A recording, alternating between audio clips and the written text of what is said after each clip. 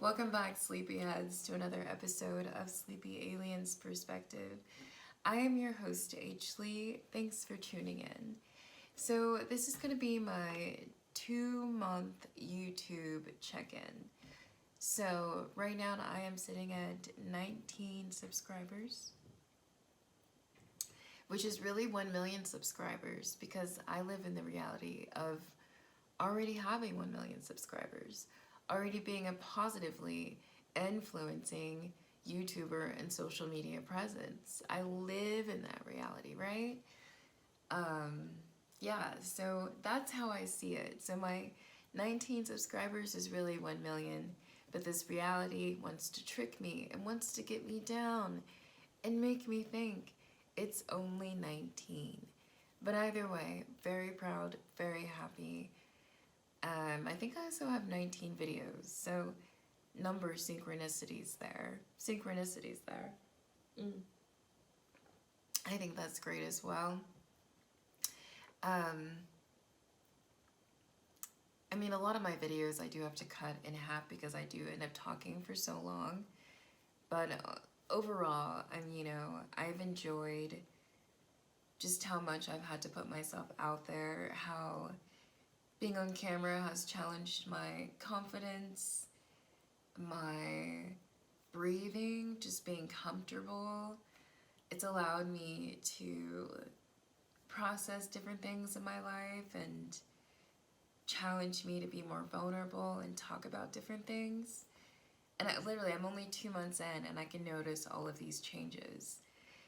And as an artist, I've always just followed my intuition, and it's like taken me all over the place because, I write and I do music and I do camera stuff, photography stuff, and now I'm doing this and I'm adding that in there. And I like being all over the place with my art. It's just how I like to function, I had this fantasy as a kid. I was like, I want to be...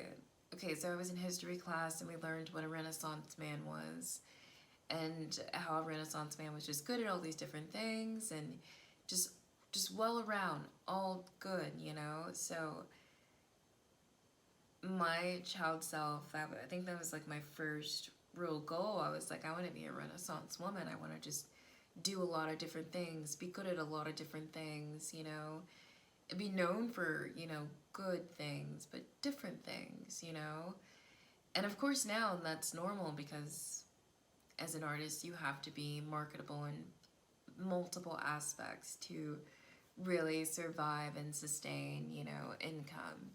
So that's one thing, but overall I think it just expands your creativity when you do a lot of different things at once. And I know people tell you to really, focus on one project at a time, and I do believe that if the project is big. But if I'm just recording videos and, doing small writing pieces on the side and making a song here or there, I think that's fine, But if I have the intention of writing a book, no, I'm going to shut everything down and I'm going to, at least give a year to that particular project, Or if I'm going to record an album, same thing. But overall, YouTube has allowed me to do everything that I love. And it's funny, I was just never big on YouTube until the pandemic really started. And I just started spending more time on there. But honestly, now it's just opened me up to just the different areas of growth for me. And it's been a lot at once. And just all the different things I've learned and getting back into editing videos again because, I was a film minor, but I had only ever really used Final Cut Pro, and so just using Adobe, but I like Adobe. Adobe's cool. And thank goodness for the captions. They make captions so easy on Adobe, and I think that's great as well.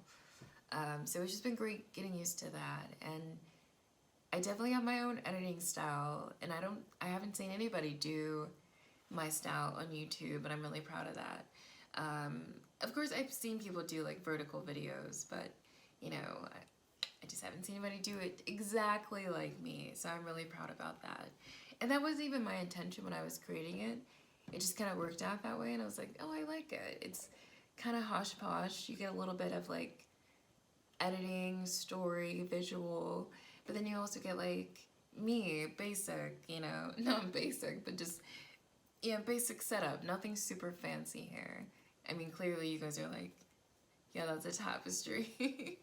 And those are some string lights, but yeah, either way, I really like it, you know. So also this, you know, I look at every episode that I create like a piece of art that I'm putting out there. So I try to add, you know, I really do give it my all. And, you know, I just freeball these videos, you know. I don't like to do a lot of audio.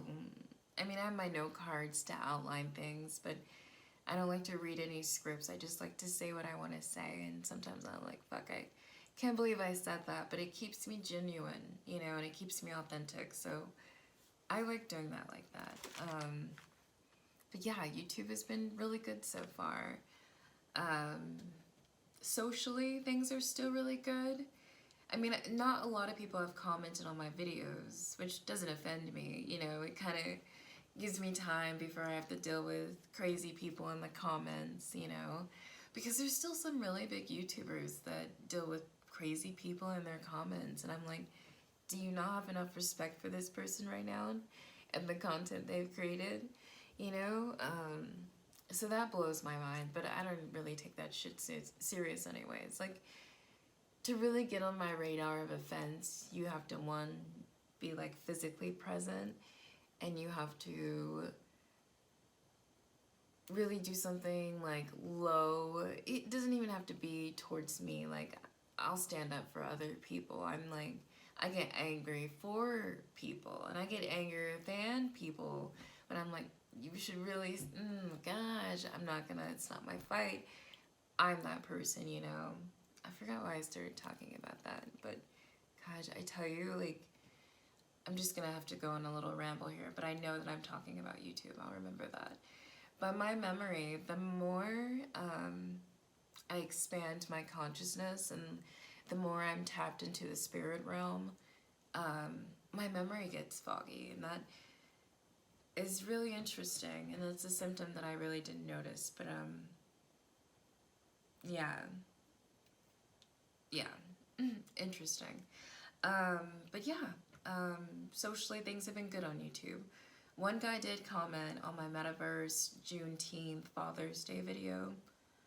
I think he put like, I like it. And me and my happy ego is like, thanks, I'm glad you enjoyed it.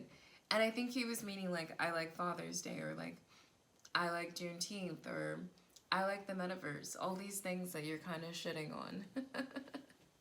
You know, I think he was saying that he likes those, but me and my ego was like, great, you know. So I'm so like positive, like I don't perceive negative things as negative sometimes, which is unhealthy, you know. It kind of just puts me in like a la-la land. But so socially things have been good on YouTube.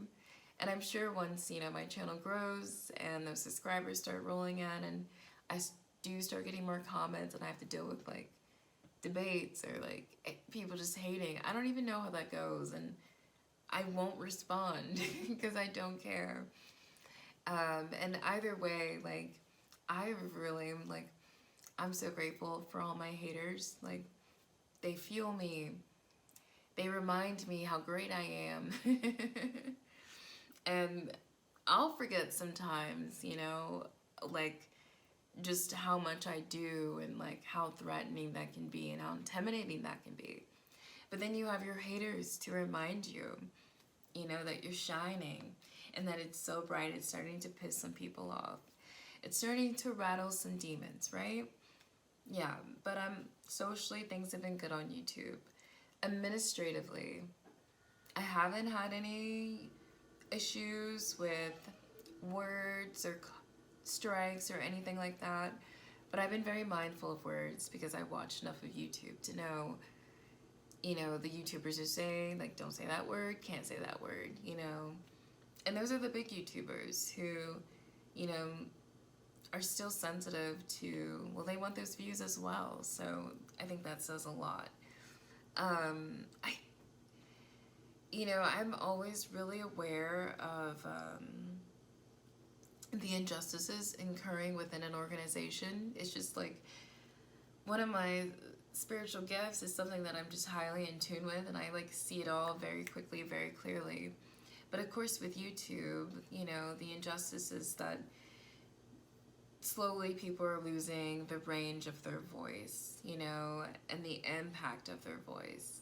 And this is a private company, and we don't know if there's channels, you know, secretly being suppressed that are secretly blacklisted. You just don't know, because there's a lot of YouTubers who should have had 1 million subscribers, like Lovely T. She does not have 1 million subscribers yet, and she damn well should, and it's highly suspicious that she doesn't, you know. And I'll even say Storm Monroe, he should have more subscribers, but he doesn't, and I think that's suspicious. But I think there's a lot of channels like that. And so entering an organization, being aware of, you know, the building oppression and the constrictions and the secrecy and the level of control that, you know, they may present over these channels, you know, it does make me hesitant. But, you know, fuck it, no weapons formed against me shall prosper, right? So it doesn't worry me, but I find it annoying, and I hate being aware of that shit, because it does take away a little fun, you know. And I don't want to go into every job being like, I'm gonna be that person who stands up for this and says something about that. And I know a lot of people are like, well, you could just shut the fuck up and not say anything. But I'm just not that person. I'm gonna say something, you know. I'm gonna do something, and I don't care what happens, you know. I don't care about the consequences. But yeah. Was there anything else I wanted to say about YouTube and how it's changing my life? I don't know, but it's definitely making me more fearless. And I think in a way that scares me too, because it's like, what will I do next? Who will I be 5 years from now? Like, it's gonna be really exciting, and I'm excited. But this is the 2-month YouTube check-in. We are 19 subscribers, aka 1 million subscribers. We are at 19 videos. It is not even officially July yet. Well, it's the night before July. Well, it actually might be midnight. Doesn't matter. But have a good night, sleepyheads. Be sure to like, share, and subscribe, and I will talk to you next time. Bye.